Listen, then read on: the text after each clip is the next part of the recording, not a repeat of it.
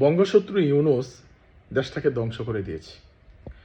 দেশের জন্য যে কত ভয়ঙ্কর ভয়াবহ বিপর্যয় অপেক্ষা করতেছে আপনারা ভাবতেও পারবেন না, তা খালি চোখে দেখতেও পারবেন না। বাংলাদেশ হয়ে গেছে গরিবের বউ ভাবি, ভাই নেই, অভিভাবক নেই, তাই যখন যেই সুযোগ পাচ্ছে সেই সুযোগ কাজে লাগিয়ে শুতে চাচ্ছে। সেটা আপনার সিআইএ বলেন, MI6 বলেন, MIT বলেন, বাংলাদেশ ব্যাটলফিল্ড হয়ে গেছে। এবং তৃতীয় বিশ্বযুদ্ধের একটা চূড়ান্ত ঘাঁটি স্থাপন করার জন্য পশ্চিমারা উঠে পড়ে লেগেছে। পাকিস্তান চাচ্ছে ৭১-এর প্রতিশোধ নেওয়ার জন্য, বাংলাদেশ গৃহযুদ্ধ হোক অথবা ভারতের সাথে যুদ্ধ হোক। যে ভারত বাংলাদেশকে স্বাধীন করার জন্য সর্বাত্মক সহযোগিতা করেছে, অস্ত্র দিয়েছে, ট্রেনিং দিয়েছে, কূটনীতিক শক্তির মাধ্যমে সমর্থন দিয়েছে এবং বাংলাদেশের ১ কোটি মানুষকে আশ্রয় দিয়ে তারা অন্য অবশ্য চিকিৎসার ব্যবস্থা করেছে এবং আসার সময় ১০০ কোটি টাকা এবং ট্যাঙ্ক সাথে দিয়ে দিয়েছিল। সেই দেশটির সঙ্গে যুদ্ধ লাগিয়ে বাংলাদেশকে ধ্বংস করে দেওয়া হোক, না হয় গৃহযুদ্ধ লাগিয়ে ধ্বংস করে দেওয়া হোক। আর একটি পক্ষ রয়েছে উগ্রবাদী, মৌলবাদী, জঙ্গি, যারা চাচ্ছে বাংলাদেশে খেলাফত কায়েম করার মাধ্যমে তারা তাদের মিশন সাকসেস করবে। কিন্তু সেই ক্ষেত্রে তাদের এই পরিকল্পনা হচ্ছে পশ্চিমাদের এজেন্ডা বাস্তবায়ন।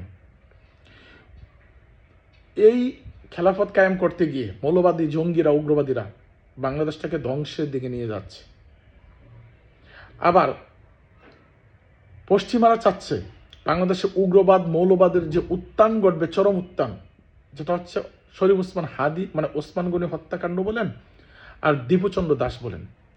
হাদি হত্যাকাণ্ড পরিকল্পিতভাবে করা হয়েছে। হাদির বড় ভাই নিজেও স্বীকার করেছে, বলেছে হাদিকে নিজেরাই হত্যা করে নাটক করেছে।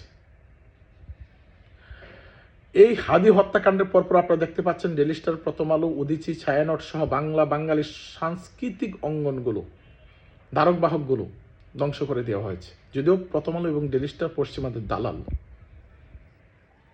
এই ক্ষেত্রে মৌলবাদের উত্থান ঘটেছে, সারা বিশ্বে তা প্রতিষ্ঠিত হয়েছে।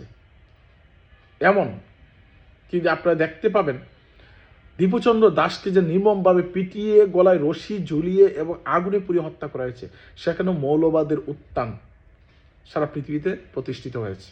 দুইটি ঘটনা আপনার আলাদা করে দেখার কোনো অবকাশ নেই। দুইটি ঘটনাই হচ্ছে একটি আরেকটির সঙ্গে সম্পর্কিত এবং সম্পূরক। আপনাদের মনে রাখতে হবে, পশ্চিমারা চাচ্ছে বাংলাদেশে মৌলবাদের চরম উত্থান ঘটুক, জাতিসংঘের সামরিক মিশন চলুক, পশ্চিমা সেনা ঘাঁটিগুলো বাংলাদেশে স্থায়ীভাবে হোক এবং তৃতীয় বিশ্বযুদ্ধের ঘাঁটিতে বাংলাদেশ পরিণত হোক। বাংলাদেশের জন্য চরম বিপর্যয় অপেক্ষা করছে। এই দেশটাকে বাঁচাতে হলে, এই দেশের মানুষকে বাঁচাতে হলে, আপনার আমার সন্তান পরিবারকে বাঁচাতে হলে, আগামী প্রজন্মকে বাঁচাতে হলে আমাদেরকে লড়াই করতে হবে, ঐক্যবদ্ধ হতে হবে। ৭১-এর প্রশ্নে, মুক্তিযুদ্ধের প্রশ্নে, বঙ্গবন্ধুর প্রশ্নে এই দেশ ৩০ লক্ষ শহীদ এবং ২ লক্ষ মা বোনের ইজ্জতের বিনিময়ে, সম্ভ্রমের বিনিময়ে, অনেক লড়াই সংগ্রাম, ত্যাগ তিতিক্ষা এবং প্রাণের বিনিময়ে আমাদের অর্জিত লাল সবুজের পতাকা, সেই মানচিত্র, পতাকা, সংবিধান এবং স্বাধীনতা, সার্বভৌমত্ব, ভূখণ্ডকে রক্ষা করতে হলে আমাদেরকে লড়াই করার বিকল্প নেই। সবাই প্রস্তুত হন। জয় বাংলা, জয় বঙ্গবন্ধু, জয় তো জননেত্রী শেখ হাসিনা। শেখ হাসিনা আসবে, বাংলাদেশ হাসবে।